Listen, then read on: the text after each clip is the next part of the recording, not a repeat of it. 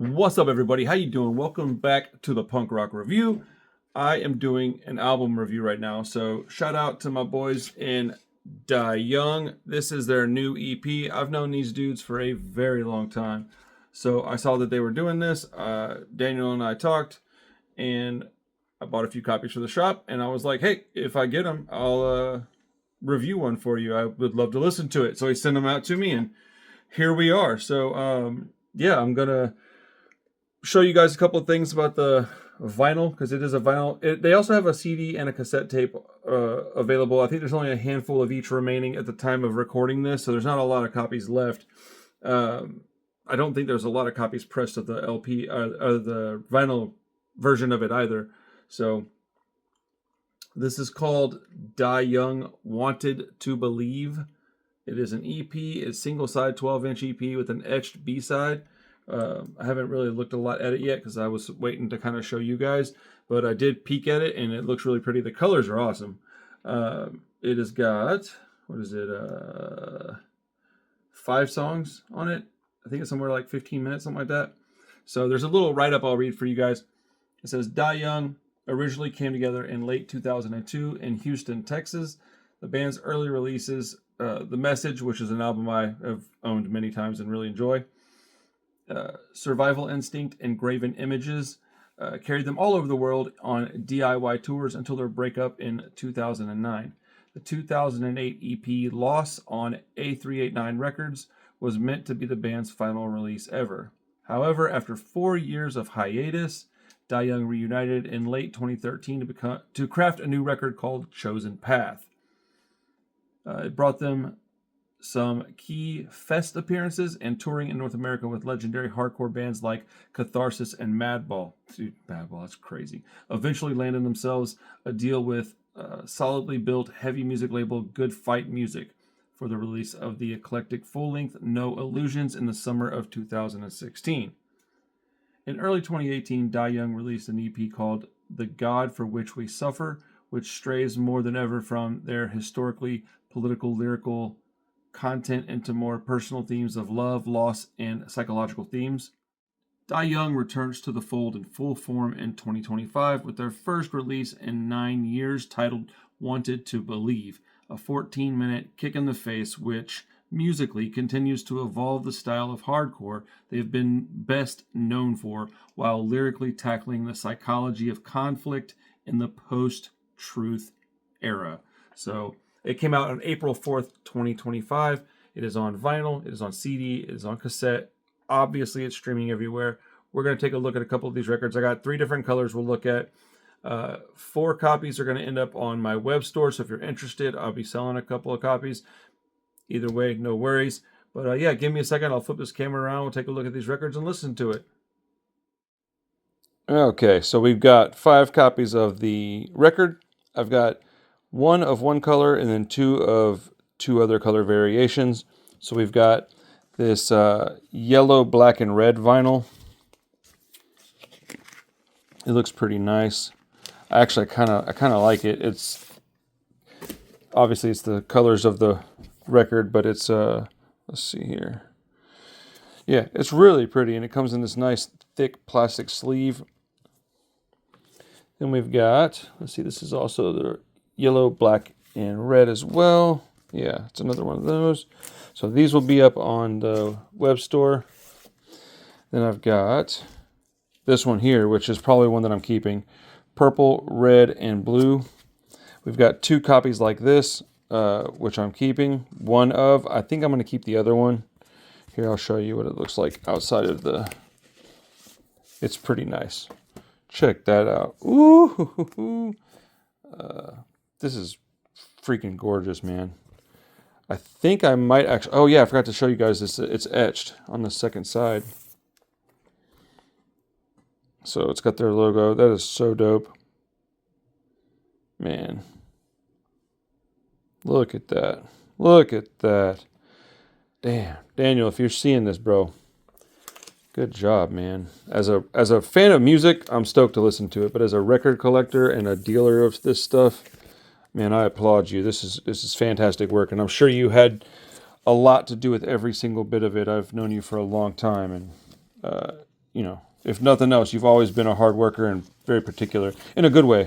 So congratulations on this release, man. It's beautiful.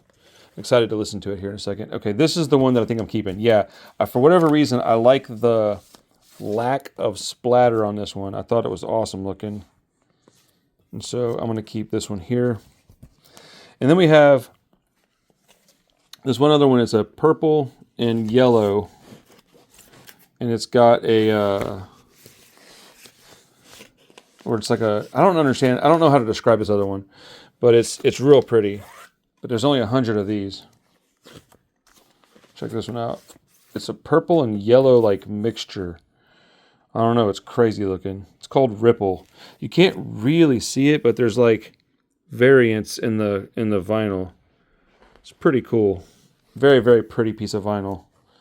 There's only 100 of these. I don't know what the print runs were otherwise, but I think the splatter with the yellow, red, and black, I believe that one's also 100 copies.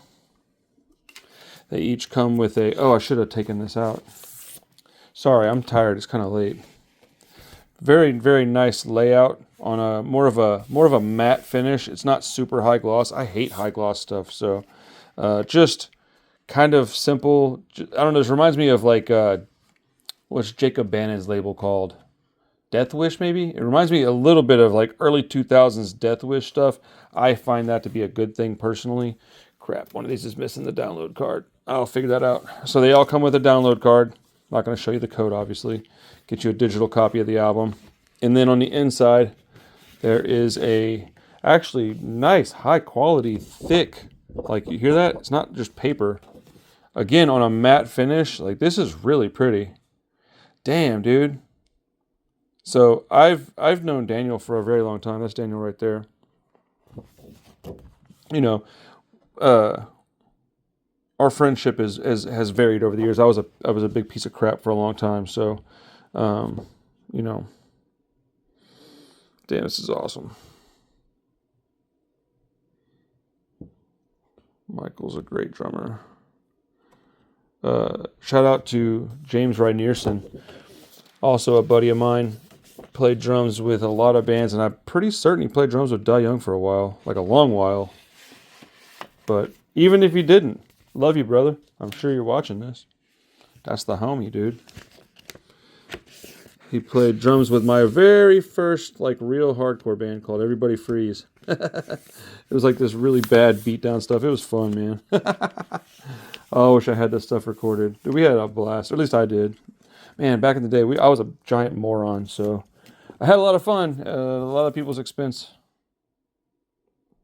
Not like, nothing too crazy. I was just a pain in the ass. Alright, so let's listen to this a little bit. I guess I should play my copy, right? Man, these thick sleeves, the only problem with them is they split so easily. It's alright. Okay. Where did mine go?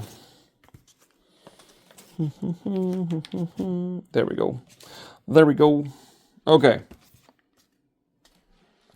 Let's get this bad boy. What's up with this color combination? Look at this. Is that just weird to anybody else? I don't know. I thought it was kind of cool.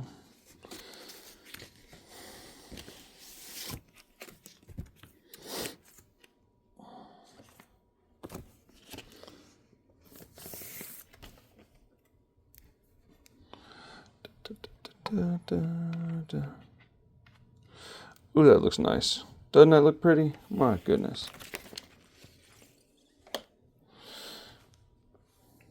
Obviously, I can't play the whole record because it'll get the video, what do you call it, claimed. But I'll let you hear a little ski taste. Daniel's like, fuck off, man. I think Daniel's been straight edge for, I don't know, his entire life. I think he came out the womb straight edge. Like, popped out, he's all X'd up. Kicked the doctor in the face for giving his mom a fucking, what is that shot called? Whatever that shot is in your lady's back, man. My poor wife. We've got 3 kids, and then on our third kid, the epidural didn't take. Oh, it was rough, man. I obviously couldn't tell you how rough, but I was there long enough to tell you that I do not envy women. All right.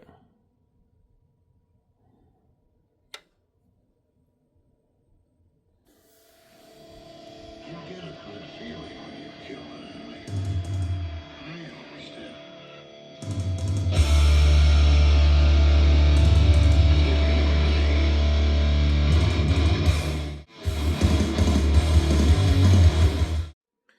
Okay, so we listened to it twice. It wasn't very long, which I kind of like about it. I wrote some notes down. Also, Parker popped in for a minute, heard it, and just started boogieing. And I said, do you like this? And he was like, yeah. And then he said, I'm doing a robot dance. And I was like, you are. So shout out Parker P for doing the robot dance. Anyways, let's talk about this for a minute. That light's really bright. Look at all my wrinkles and shit. This light is working too well. Anyways, so these are my notes. Okay, I'm just gonna read them straight from my phone. The band delivers us a slice of the good old days with this EP. It sounds like it could have come out in 2005. I stand behind that. In a good way. The band's staying power is not surprising when they're dropping stuff like this over 20 years into their existence. Super heavy, mid-paced metallic hardcore. If you like Integrity, Ringworm, Slayer, I would be shocked if you didn't like this. The record opens with a very Slayer-influenced title track. Lyrically, Daniel seems to be struggling with some inner demons and maybe some past trauma. I don't know. It seems to be faith-related a little bit. Again, only 2 listens. I read the lyrics on the first listen. Didn't read it in the second listen. Track 2 is super heavy, kind of sludgy. There's a fantastic guitar playing, and Mike is excellent, as always, on the drums. The band is super tight. Daniel's vocals have gotten better over the years, in my opinion. The third song's called Until You Die. That's my favorite song on the album. It's a faster paced song. It's kind of what I like about it. That's what I like about bands that are this metallic. I like fast songs. But the next song, the 4th track, is called Messianic Age. They do some really fun stuff with a lead guitar, great solo. The main riff throughout the song is excellent. I really like that song as well. I can hear a lot of early thrash woven in throughout these 5 songs. Kind of leaves you... it goes by super quick, right? It leaves you wanting to play it again, which I did. With only 5 tracks, like 15 minutes, there's not a lot to talk about. What you want to do is just convince you guys to go out and listen to it for yourself. So I'm going to put the link to their Bandcamp in the description of this video.